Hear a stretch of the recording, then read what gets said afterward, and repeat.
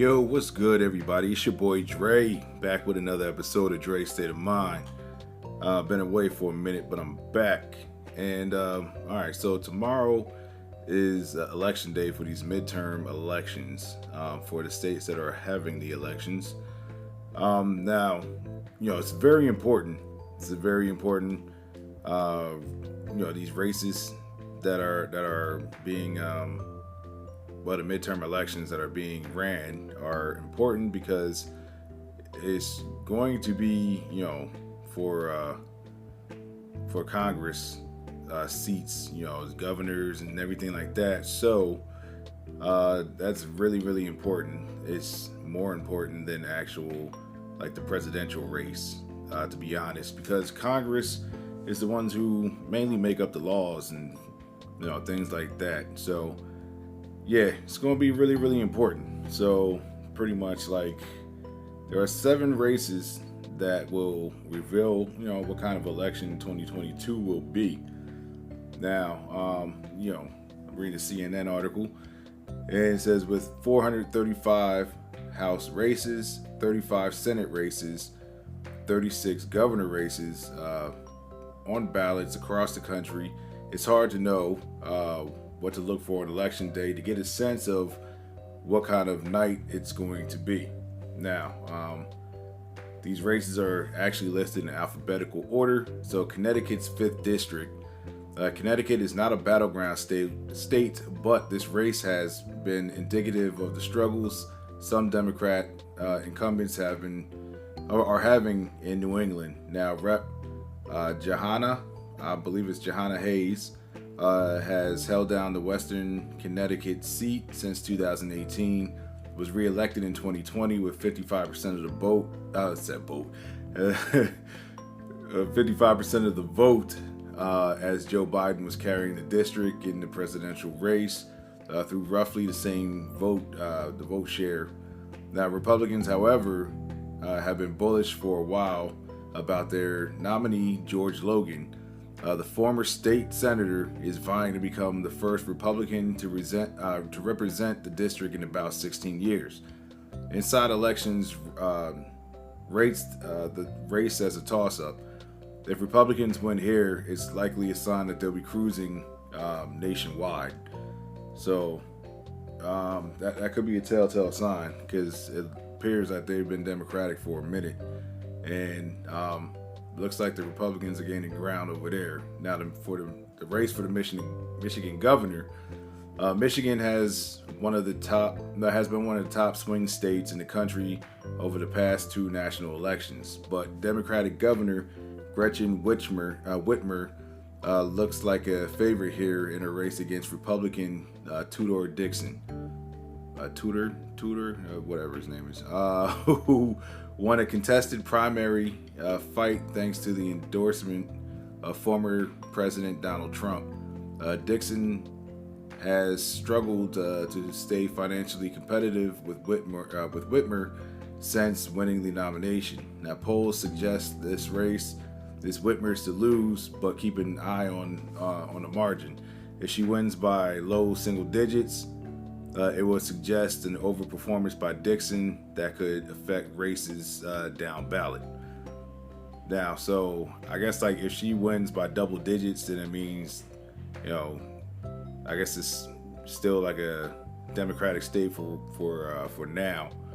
But if she loses by single digits, if she wins by single digits, then pretty much, the Republicans are gaining ground in Michigan. And the Democrats will definitely have to look out for that. I guess like in the upcoming elections. New Hampshire Senate. After retired Army Brig General Don Bolduc. Yeah, what's up with these names? Became the Republican nominee earlier this fall. It appeared as though national GOP groups were giving up on the race.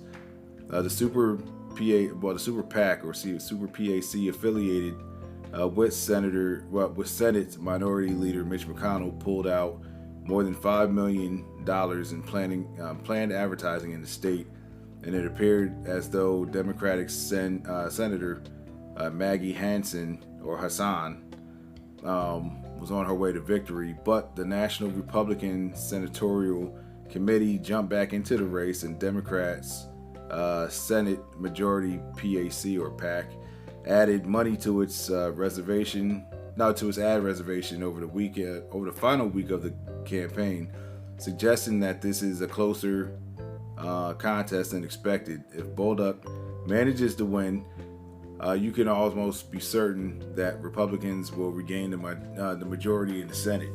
So I guess the New Hampshire race is a pretty key race to keep up on. Now, the New York 17th District. This is where Rep. Sean Patrick Maloney, who also happens to be the chair of House Democrats campaign arm, is running for re-election. Now, the early spending in the race by Republicans seemed to be nothing more than a troll move designed to annoy and distract Maloney from other races around the country. Then, like so many other races in the Northeast as of late, it turned competitive. So GOP State Assemblyman Mike Lawler has stayed within striking distance inside elections, recently moved its rating of this race to a toss-up. So it looked like Maloney was going to have this race in hand, and all of a sudden, I guess the Republicans in that district are starting to gain ground. So now it's just rated as a toss-up. So I guess like anything can go tomorrow. Sign that the momentum is with the Republicans. If Lawler is able to pull off the upset, it will be doubly sweet for his party. They will pick up a seat no one expected and take out a number of Democratic leadership in the process. Now, North Carolina Senate. North Carolina went for Donald Trump in 2016 and then again more narrowly in 2020, which means the GOP Rep. Ted Budd should be the favorite here, and he is. But former state court Supreme Justice Sherry Beasley has kept things closer than expected in a race that has been overshadowed by Senate contests with bigger personalities in states such as Georgia and Pennsylvania.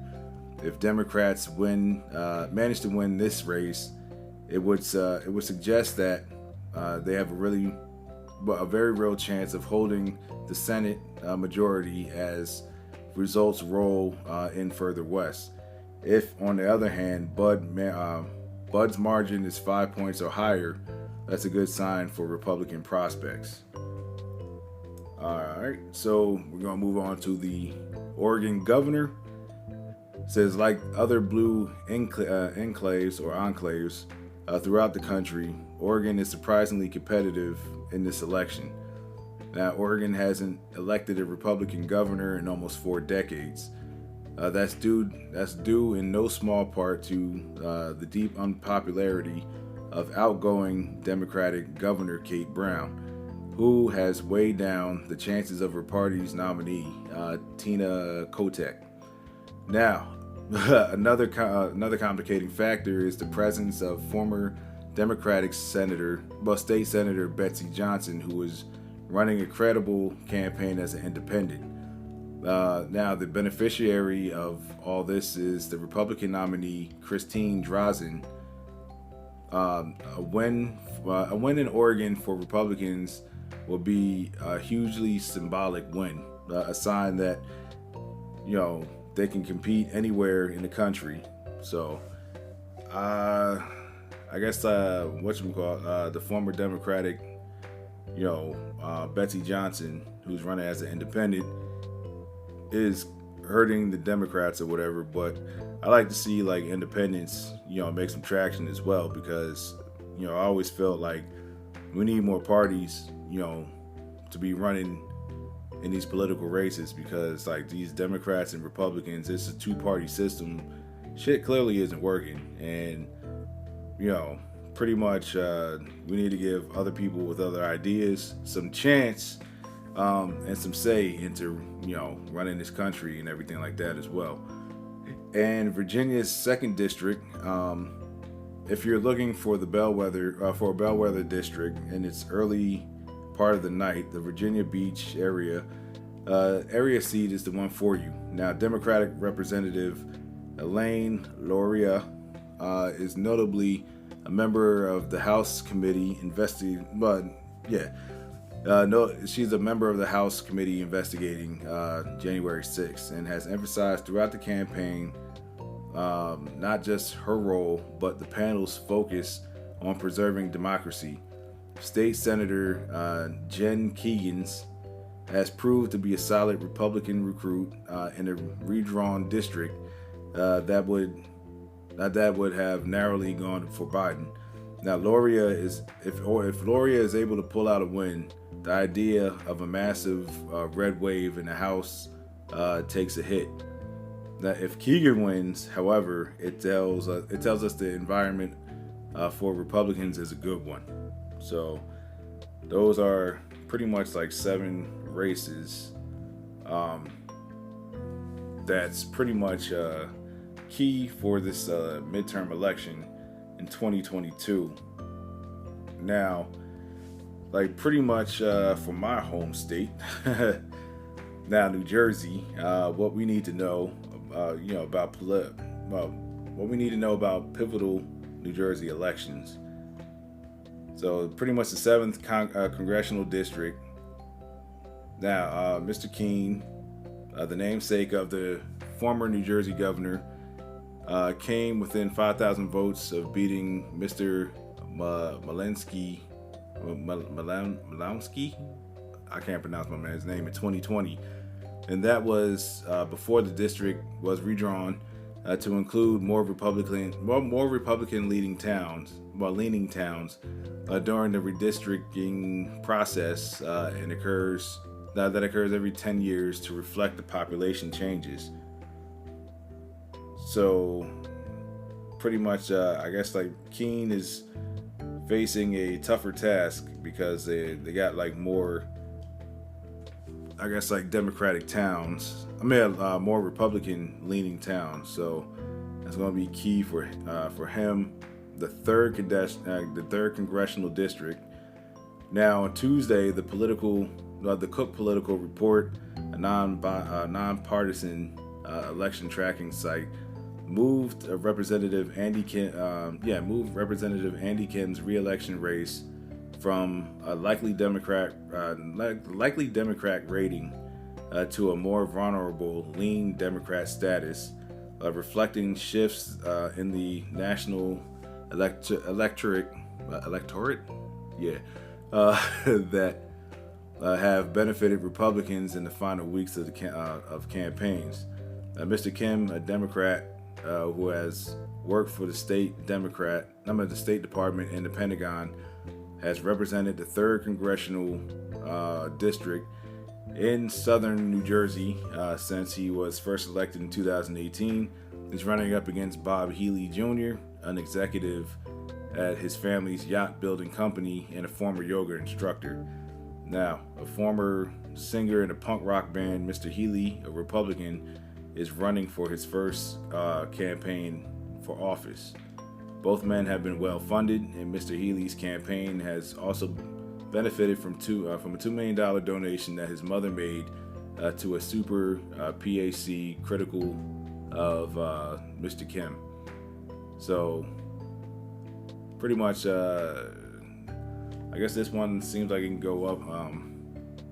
It can go up in the air, but I mean, if I had to choose, some of this shit is just common sense. Like, my man has no political experience whatsoever, but I mean, that never really stopped people from voting for other people that have no political experience.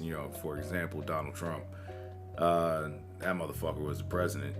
Yeah, motherfuckers voted for Arnold Schwarzenegger in California. You know what I'm saying? And he had no political experience whatsoever. So, yeah. So, I mean, this shit can go up in the air with whatchamacallit, with that race. Shit is crazy. This politics, in my opinion, nowadays have become Like, it's just a fucking spectacle because you got people who just pretty much like just have no political experience, but they're like known in another realm, in another, like, they be like actors, fucking reality TV people, or like anybody who feels like, oh, I'm gonna just run for office and they have enough money, like they could just fuck around and run for president, which is like crazy. Now in the Pennsylvania race, it appears that Oprah Winfrey has rejected her, Dr. Oz, who was like basically a protege. He got on, because of Oprah Winfrey back in the day, and she backs Democratic candidate John Fetterman in the Pennsylvania Senate race. That says Oprah Winfrey announced she will endorse Pennsylvania Senate candidate John Fetterman over his Republican opponent Mehmet Oz, a celebrity doctor who came to prominence on Oprah Winfrey's show in the early 2000s. Now, Democratic candidate Fetterman has been hoping to win Winfrey's endorsement for months, given her status and influence among women and black people. The closely contested Senate race in Pennsylvania is a key one, and is one of the high stakes terms in the 2022 election. So Democrats and Republicans are holding equal number of seats in the U.S. Senate. So yeah, that's a key race right there. And I'm just like, yo, like, in all actuality, who the fuck like is voting for Dr. Oz? Like, this dude has like he has no experience in this shit. So it's like, but like I said, there's people dumb enough. There's the same people who voted for Donald Trump is probably the same motherfuckers that's gonna vote for him. So like, this shit is ridiculous. But hey, y'all just go out and go vote for whoever you're gonna vote for, and my thing is, whoever loses, especially like these Democrats, I mean, not the Democrats, the Republicans, who are, believers in the MAGA party and things of that nature, because, MAGA has a fucking stranglehold right now on the Republican Party, whether they would like to admit it or not. And with these conspiracy theories, and see, what the Republicans failed to do was they failed to, squash this shit at the square root, and not let this shit grow. So now you got people who are actually voting for these people who are spreading like, fucking conspiracy theories, shit that's not even proven to be true, and like people who are just making shit up on the internet, and then motherfuckers just like, oh yeah, that sounds viable, which is be like the most ridiculous shit ever, and they'd be like, oh, that sounds like it's true, and then like they just go ahead and vote for that person. So like it's ridiculous. And found like this other article where it says how a divided America, including the 15% who are MAGA Republicans, splits on QAnon, racism, and armed patrols at polling places. It's pretty much like an interesting read, and says like what percentages of these groups hold extreme or racist beliefs. Republicans are more likely to hold extreme or racist views, which is not really shocking. Among Republicans, MAGA believers are more likely to hold extreme or racist views. And what percentages of the groups see political violence likely to occur? Now, Republicans, it says Republicans more likely to anticipate political violence. I mean, they're the ones out here like attacking, I guess political figures and things of that nature. Like the attack on what was supposed to be an attack on Nancy Pelosi, but unfortunately fortunately she wasn't there, but unfortunately her husband was there, and the dude broke into their San Francisco house and tied dude up. Luckily, I guess Pelosi's husband was actually smart enough to, create a diversion and get loose, and he was still attacked with a hammer, and he had to, go to intensive care and things of that nature. but he's still alive, and the dude has been arrested. So like that's what I'm saying. Like these MAGA people, like they're just making shit like more fucking extreme in this political arena when it just doesn't have to. Like pretty much like before, it just used to be like, okay, we're gonna have some mudslinging ads. Whoever wins, we accept the winner, and then pretty much like that's it. And then we'll see you in like the next 4 years or so, like that. But like now, they don't want to, concede races that they lost. Like they don't want to accept like the fact that they lost, or just be like, oh, this election has been stolen, things of that nature. So shit is crazy, man. Like this political climate is crazy, and the shit just keeps getting worse and worse. And I just never really just thought like either party was like for the people anyway, and they were bought off by like corporations and everything like that. But shit is getting worse, and we're just gonna have to see how this shit turns out. And tomorrow will pretty much tell us what direction our country is going in, and so we'll find out what happens tomorrow.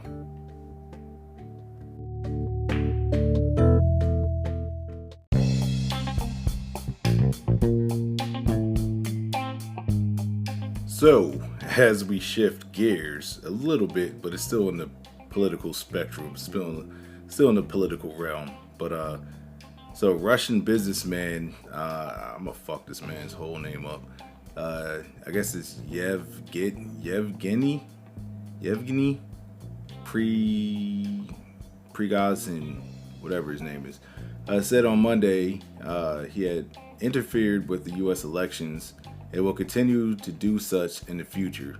The first such admission from a from a figure implicated by Washington in efforts to influence American politics. Now, in comments posted by the press service of his Concord catering firm of Russia's Facebook equivalent, is it Vondik?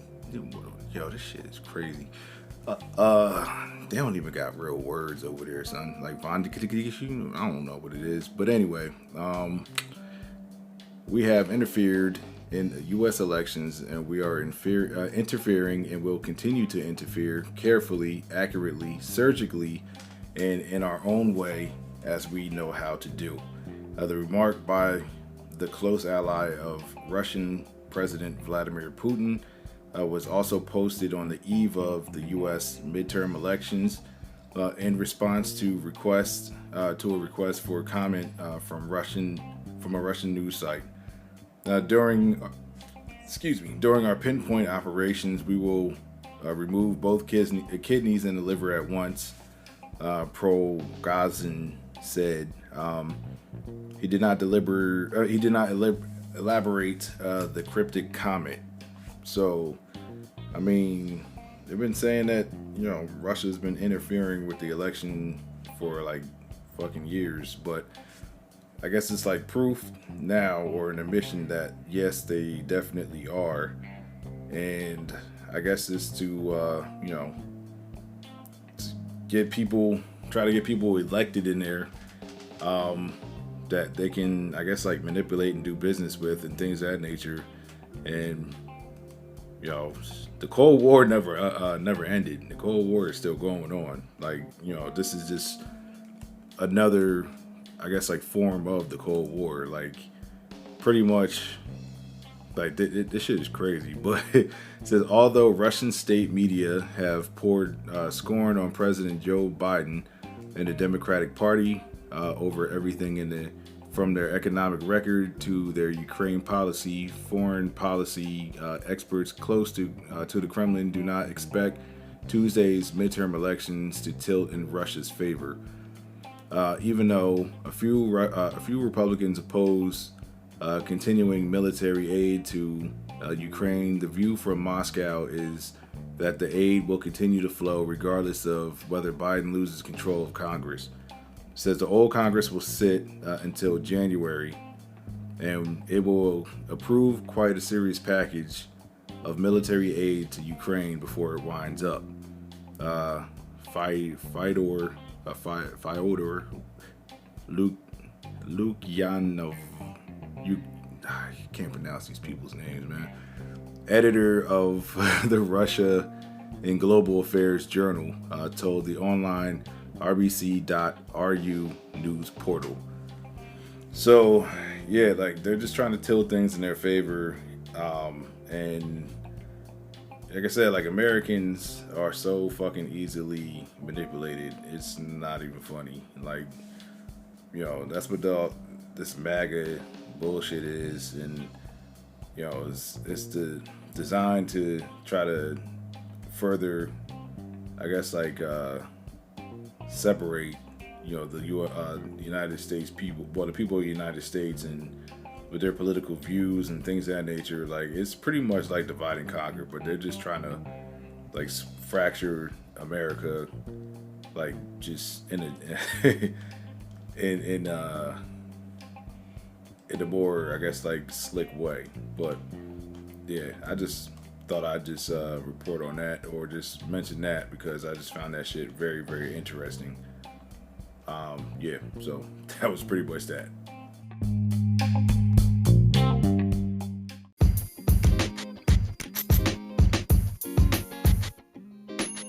So, as we close out this episode, just wanted to just encourage everybody just to go out and, like I said before, just go out and vote. From young to old, everybody go out and vote. Make your vote count. Make your voice heard. Because, pretty much this country can swing either way with this midterm election. It's very, very important. And I'm not trying to tell anybody who to vote for, but, vote for who you feel is the best candidate. But, pretty much, issues like, the Roe versus Wade that was overturned and things of that nature. If you see, like, the way that a certain political party is going down a path and that you don't agree with, right now is a good time to, make your voice heard, make your vote count, and just pretty much just do what you feel is necessary, because you can't sit here and complain about, decisions being made and things of that nature if you don't go out and vote. So that's the way I look at it. So, yeah. Like I said, tomorrow is a very important day. Go out and vote. And pretty much, let's try to get this country on track the way that it should be, where everybody has, their liberties. Everybody has the decision. Well, women have the decision to, the ability to make decisions upon their own bodies. And, pretty much, that's pretty much it, man. So I'm out. I will see y'all next episode. Everybody stay safe. Everybody be good. And I will catch you on the flip side. Peace.